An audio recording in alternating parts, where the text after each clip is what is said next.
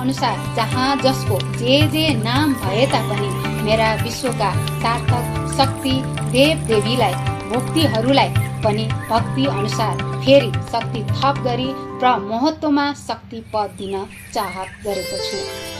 आकाशवाणी शक्ति दैवी भजन मण्डलीलाई पनि अझै शक्ति पद दिने चाहत राखेको छु। हुन त म शक्तिले दिएर मात्र हुँदैन, लिनेले पनि दिन जान्नुपर्छ। लिन्छु मात्र भनेर पनि हुन्न, त्यहाँ धेरै परीक्षा हुन्छ, त्यसमा उत्रिन सक्नुपर्छ। त्यहाँ धेरै कुरा र कारणहरू पनि हुन्छन्।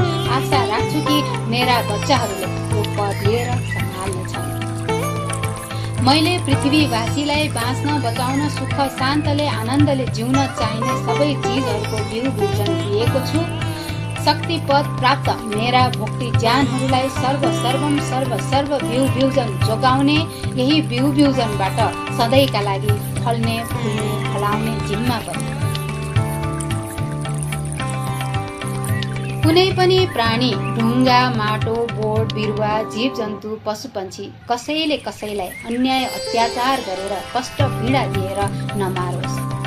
जथाभावी आगो लगाउँदा ढुङ्गा, माटो, कीट, बोट, बिरुवा जल्छ, उनीहरूलाई पनि पोल्छ, उनीहरू पनि मर्छन्। ढुङ्गा, माटो पनि जीवित हुन्छ, उनीहरूलाई मर्न धेरै गाह्रो हुन्छ। मरेका भूमिहरूलाई जियाउन कति दुःख मेहनत गर्नुपर्छ। कुनै पनिलाई सृष्टि गर्न एकचित्त भई कति लगन लगाई मेहनत गर्नुपर्छ। कुनै पनि टुसा, मुना, पालुवा पलाउन अलिकति हरियाली सृष्टि गर्न कति गाह्रो हुन्छ।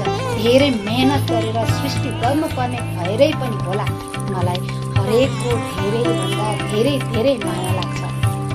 उनीहरूको दुखाइ बोलाइ रुवाइले मलाई धेरै गहिरो चोट पुर्याउँछ। त्यसैले मेरा हरेक सृष्टिको मर्म आफूहरूले बुझ्नु।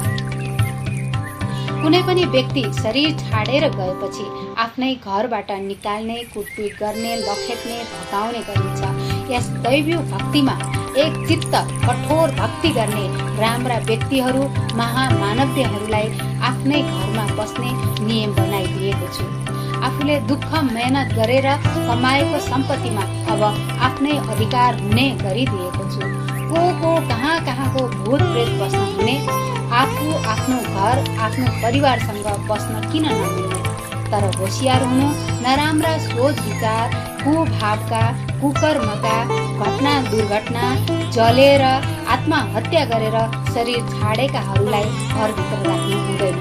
अर्को कुरा, परमात्मा स्वसायात्मा सबैले आफूले कर्म गरेर खानै पर्छ। अब शरीर छाडेर गएका स्वसायाहरूले अर्काको घरमा बसेर दुःख दिने, अर्काको शरीरमा बसेर नराम्रो गर्ने गराउने, अर्काको कर्म, अर्काको सम्पत्ति, अर्काको सह लुटेर खोसेर खान पाउँदैन। सबैले सत्कर्म गरेर खानुपर्छ। सर्व कर्मको वरदान दिएकै छु। एक न एक कर्म रोजी आफ्नो संसार चलाउनु, आफ्नो जीवन चलाउनु, सन्तोषले शान्तिले आनन्दले रम्नु रमाउनु, हाँसी खुसी जिउनु, यही चाहत छ।